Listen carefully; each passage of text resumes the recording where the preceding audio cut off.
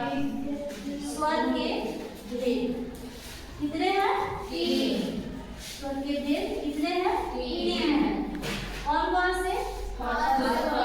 नहीं, इसका उच्चारण ठीक ठाक करो।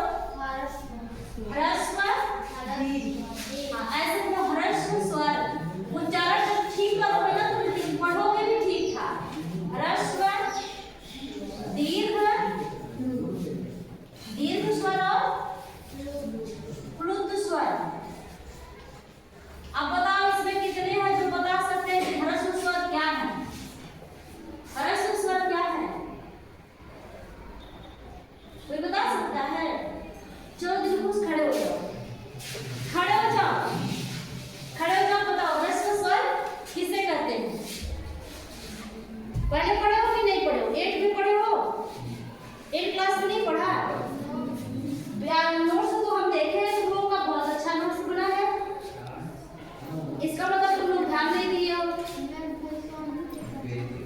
बस सभी पढ़ाए थे, बड़े वाला नहीं पढ़ाए थे। चलो ठीक है, पढ़ जाओ, बताते हैं। देखो ह्रस्व का मतलब क्या होता है? अच्छा तो दीर्घ का मतलब क्या होता है? दीर्घ, दीर्घ यानी कि बड़ा, ह्रस्व यानी कि कम छोटा। ठीक है, तो हम इसको क्या करेंगे? जिस स्वर को बोलने में मात्र पलक झपकने तक का समय लगे, यानी कि जितने में हम अपना पलक झपकाएं और वर्ड बोलने में खत्म हो जाए, उसको क्या कहेंगे? ह्रस्व स्वर कहेंगे। ह्रस्व स्वर को बोलने में मात्र 1 मात्रा का समय लगेगा।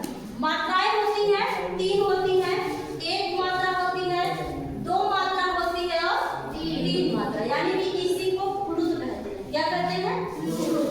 तो जिस स्वर को बोलने के लिए हमें मात्र 1 मात्रा का समय लगे, 1 मात्रा का समय लगे, ठीक है, उसको क्या कहते हैं?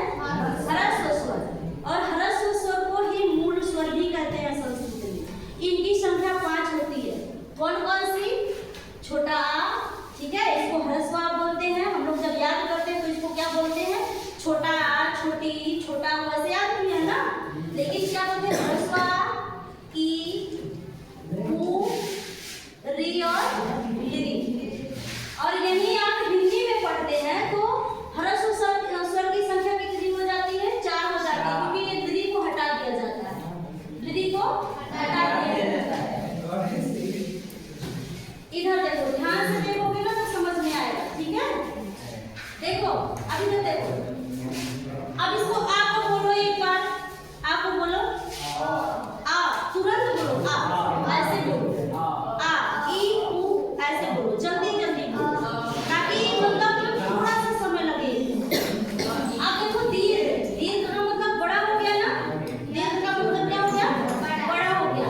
अब इसको हम थोड़ा ज्यादा समय लेके बोलेंगे, थोड़ा सा इससे ह्रस्व स्वर से ज्यादा समय लेके बोलेंगे, तो क्या करेंगे हम?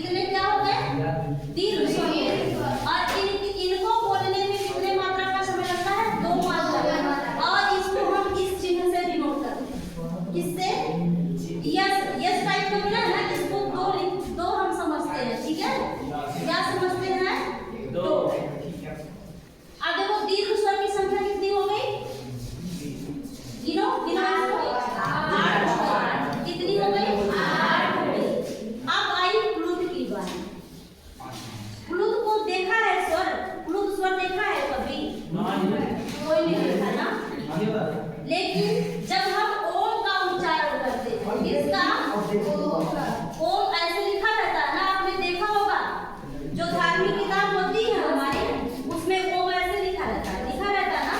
इसका मतलब होता है इसको ज्यादा देर तक हमको बोलना है, जिसको बोलने में हमको 3 मात्रा से भी अधिक समय लगे। कौन सा स्वर होता है? प्लुत स्वर होता है। आपने मुर्गे को बोलते देखा है? मुर्गे को बोलते, वो हमेशा प्लुत बोलता है। क्या बोलता है?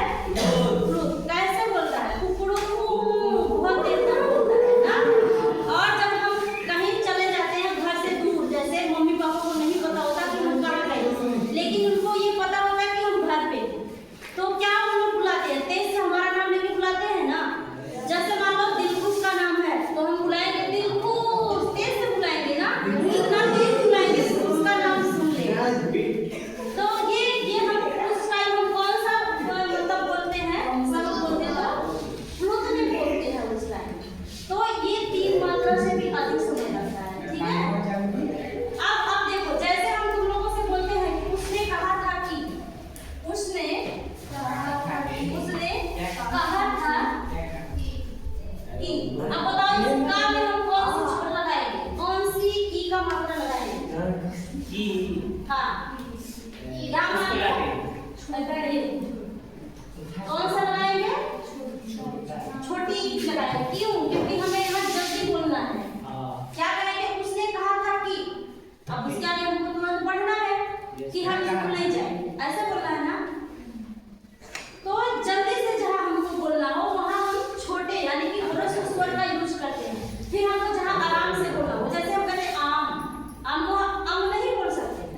देखो हम कह देंगे आम, इसको हम क्या बोले? जल्दी से बोले मेरा, बोलो आम, बोले ना आराम से। लेकिन अगर हम बड़ा आम नहीं बोलते, छोटा करके ऐसे लिख देते तो हम इसको कैसे बोले ना जल्दी से। अब पता चल गया कि ह्रस्व स्वर क्या है, दीर्घ स्वर क्या है, प्लुत स्वर क्या है, समझ में आ गया ना? अब तो नहीं भूलोगे कभी? कभी नहीं। अभी कह रहे हो कभी नहीं, लेकिन बाद में क्या होगा? भूल जाओगे। अच्छा ठीक है। अब देखो स्वर के कितने थे? 3। कौन कौन से? ह्रस्व, दीर्घ और प्लुत। ह्रस्व स्वर कितने हैं? 5 है। कौन कौन से?